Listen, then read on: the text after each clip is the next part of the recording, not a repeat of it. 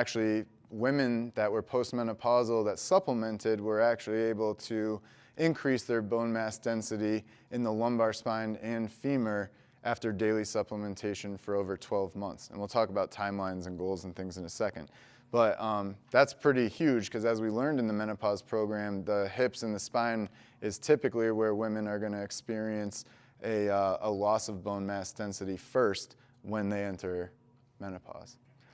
All right, now production levels, all right, so your body already produces collagen. Production levels are going to decline by roughly 1% to 1.5% annually beginning in your 20s. So again, that's your production levels, not what already exists. What already exists is you're going to lose by 40 about 24% of your body's collagen.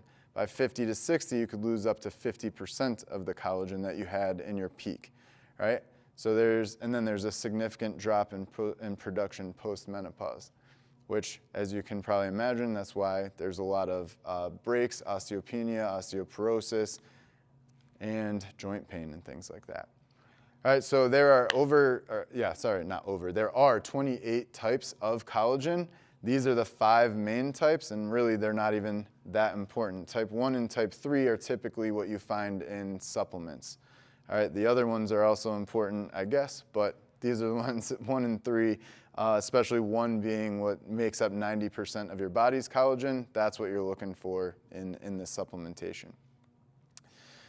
As we age, so lifestyle factors, especially high sugar consumption and lack of sleep, accelerate the loss of collagen. But it's not just that we stop producing it and losing it. Even the stuff that we're producing is changing in structure and quality. So if you see up at that top picture in young skin, you can see the collagen there is very organized and it looks pleasing.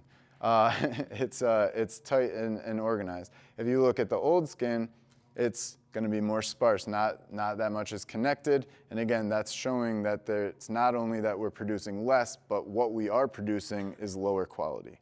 All right, and that's not just in the skin, that's in the joints and bone as well. So how it works, it's not like we take collagen powder and it immediately is like, oh, now all the collagen in my body is going. No, of course, it breaks it down into amino acids, right, smaller peptides. And you may have noticed a lot of these supplements overlap with each other and depend on each other, but may trigger the body to produce its own collagen. So you're just stimulating more of your own production, not taking the collagen and directly transferring it to the collagen in your body.